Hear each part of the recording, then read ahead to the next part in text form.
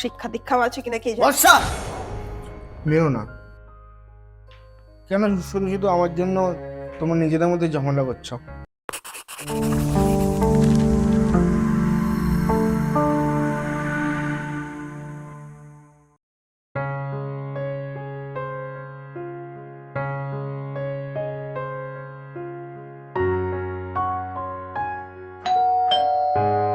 বর্ষা দেখো তো কে এসছে। হ্যাঁ আসছে।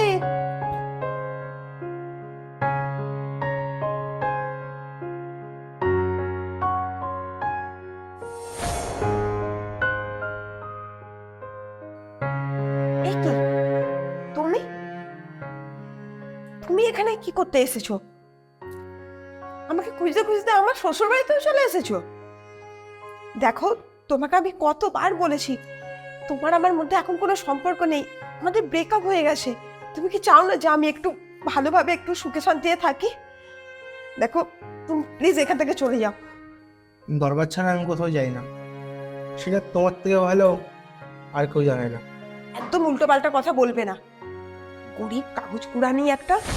যে দেখছো আমার শ্বশুর বাড়ি খুব বড় লোক, অমনি চলে এসেছো এখানে, তাই না? তুমি বরাবরই প্রয়োজনের থেকে বেশি কথা বলো।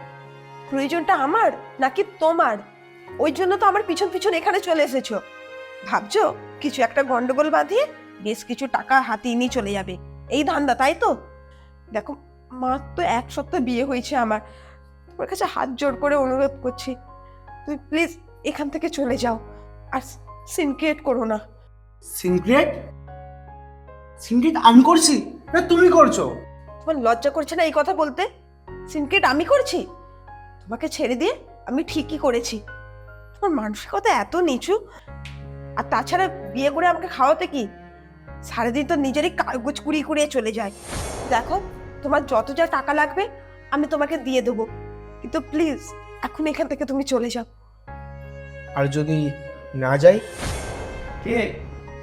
কই কেউ না তো। আমি জাকিদা। ও তনয়, তুই আয় আয় ভিতরে আয়।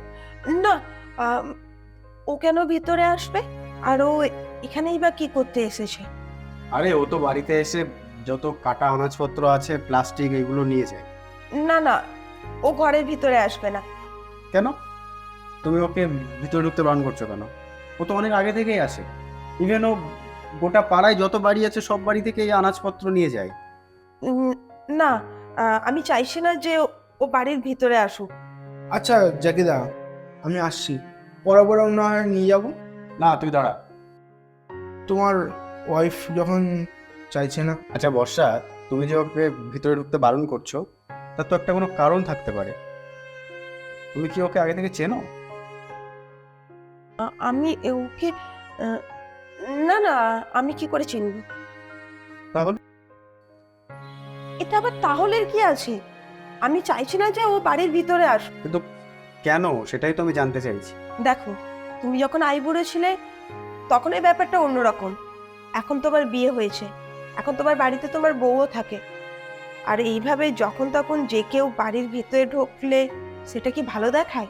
দেখো বর্ষা, ভেবে চিন্তে কথা বলবে। আমি চাই না যে আমার বউ কাউকে অসম্মান করে। আর অন্যান্য ছেলে আর তনয়ের মধ্যে অনেক পার্থক্য আছে, ঠিক আছে? অন্যান্য ছেলে আর ওর মধ্যে তফাতই বা কি? হুম, সামান্য কাগজ কুড়োনি একটা, না আছে কোনো স্ট্যাটাস আর না আছে টাকা পয়সা। তোমার সাথে যে এর পরিচিতি বা কোন দিক থেকে, আমি তো সেটাই বুঝে উঠতে পারলাম না। শিক্ষা দীক্ষাও আছে কিনা কে জানে। বর্ষা, মেরো না।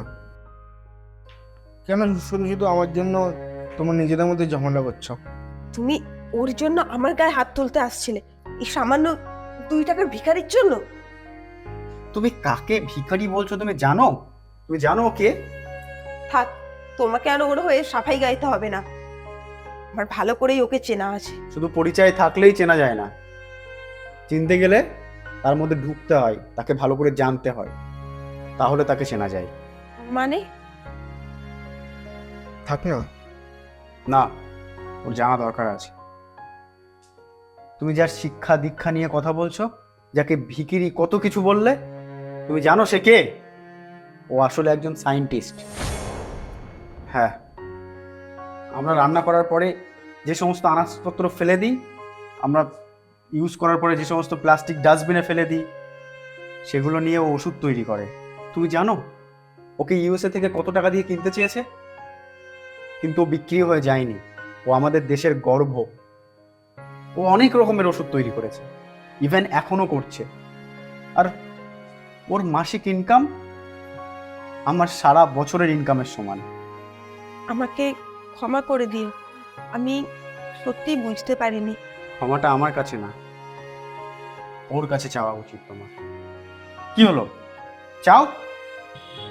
থাক, ক্ষমা চাওয়ার দরকার নেই।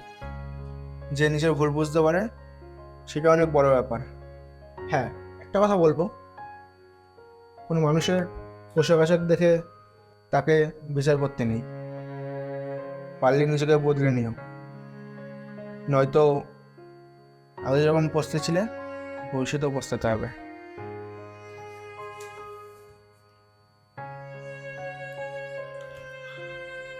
ভাই, ওর হয়ে আমি তোর কাছে ক্ষমা চাইছি। এবার না না, তুমি কেন ক্ষমা চাইছো? ক্ষমা তো আমার চাওয়া দরকার। আমার জন্য তোমাদের মধ্যে এত বড় একটা ঝামেলা হয়ে গেল। আমি আসছি, পরে নয় আবার আসবো।